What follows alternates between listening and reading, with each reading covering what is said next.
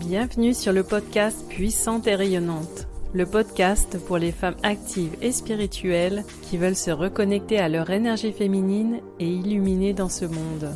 Je suis Amandine Herbette, enseignante, thérapeute et coach de transformation.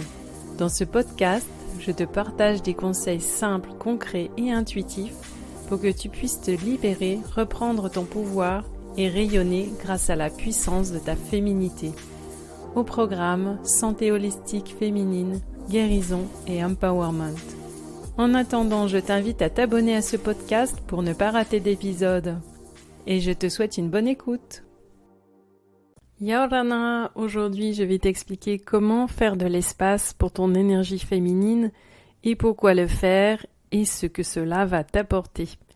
Et avant de commencer cet épisode, j'aimerais te partager un super message que j'ai reçu de Léa et qui me dit « Yorana Amandine, un petit mot pour te remercier pour le partage de ta conférence, les clés de la santé holistique féminine. J'ai passé un super moment et j'ai appris plein de choses.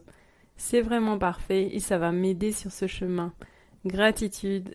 Merci infiniment à toi Léa pour ce témoignage spontané. Je te souhaite un beau chemin vers ta féminité. Revenons maintenant à notre podcast et le sujet du jour, faire de l'espace pour ton énergie féminine. Tu te sens sûrement déconnecté de toi-même par moments, épuisé et surmené, ou alors tu es en mode pilote automatique. Tu as peut-être même envie de tout abandonner par moments et tu ne trouves plus aucun sens à ta vie et à ce que tu fais. Et là, c'est le signe qu'il n'y a plus de place pour ton énergie féminine. Et tu es peut-être plutôt en mode yang, à agir comme les hommes, à remplir ton emploi du temps à 100% ou 200%. Et si tu ne te laisses aucun répit, tu te déconnectes petit à petit de ta partie féminine et tu n'as plus accès à l'énergie qui te ressource. Comment faire de l'espace pour ton énergie féminine ? Tout d'abord, laisse-toi des espaces vides dans la journée et arrête de remplir ton emploi du temps à 100%. Ensuite, accorde-toi du temps de repos pour reposer ton esprit. Et le mieux, c'est de faire une sieste. Peut-être 5 minutes, 20 minutes, 1 heure, 1h30. Fais des pauses. Accorde-toi le temps de ne rien faire. Ni même lire un livre. Juste rêver, contempler, fermer les yeux, s'allonger. Lâche les réseaux sociaux. Arrête de scroller. Car toutes ces informations que tu reçois ont un impact sur ton cerveau et le remplissent. Fais moins d'activités physiques yang, de style sport intense. Parfois, j'entends des personnes qui me disent « j'ai vraiment besoin d'aller faire ces séances de crossfit ou ces séances de sport intense pour me vider la tête ». Mais en réalité, peut-être que tu remplis ta tête et peut-être que tu évites des choses que tu n'as pas envie de ressentir dans ta vie. Donc privilégie au moins 1 fois à 2 fois par semaine une activité douce et plus yin. Prends du temps pour t'occuper de ton corps féminin, avec des automassages, des massages du ventre, des seins, des massages de la yoni, de la pratique d'œufs de jade. Fais des méditations, des soins guidés, ou allonge-toi simplement avec de la musique relaxante, en sondant ton corps et en ressentant les sensations internes. Danse, honore ta féminité dans un mouvement fluide. Mets de la musique, lâche-toi, lâche le cerveau. Crée, fais de l'art, de la peinture, de la couture, fais une activité manuelle agréable qui va te donner du plaisir. Va au contact de la nature, toujours dans l'optique de ralentir, et d'être à l'écoute de l'environnement et de toi-même. Et qu'est-ce que cela va t'apporter de faire de l'espace pour ton énergie féminine ? Tout d'abord, tu vas te reconnecter à ton corps et tu vas revenir habiter dans ton corps.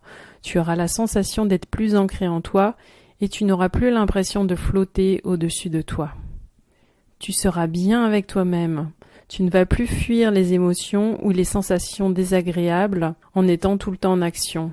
Tu seras présente avec toi-même. Tu seras clairement connecté à ta créativité et tu vas avoir plus d'idées lumineuses pour tes projets ou ton travail.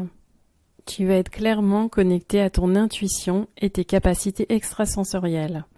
Tu vas recevoir des messages clairs pour être guidé dans ta vie. Et tu vas te sentir plus en paix, incarner davantage tes qualités féminines comme la douceur, la bienveillance, l'accueil, tout en ressentant ta puissance intérieure. Maintenant, à toi de jouer. À toi de jouer non pas dans l'action, mais en mettant de l'espace pour ton énergie féminine. Que vas-tu faire pour honorer l'énergie féminine qui est en toi? Si ce podcast t'a inspiré, je t'invite à rejoindre ma conférence gratuite Femininity Healing. C'est vendredi 19 mai et on va parler de la guérison des blessures liées à la féminité. Je vais t'expliquer comment te libérer de ces poids, de ces traumas, de ces blessures qui encombrent ton passage, qui amènent des blocages dans ta vie, et je vais t'amener à rayonner, à faire rayonner la belle déesse qui est en toi. Pour s'inscrire, le lien est sous ce podcast et je t'y attends avec plaisir pour partager tout ce qui m'a aidé dans ma vie pour avancer sur mon chemin de la guérison liée à la féminité. À très vite et merci pour ton écoute. Merci d'avoir écouté l'épisode jusqu'au bout. Tu retrouveras toutes les ressources dont je t'ai parlé dans la description de ce podcast. Si tu veux aller plus loin, rejoins mon programme Vibrant Hine, un programme mensuel qui te permet de te sentir pleinement femme, libérer tes blessures et exprimer ta véritable essence féminine. Crois en ta valeur, en ta féminité et en ton pouvoir.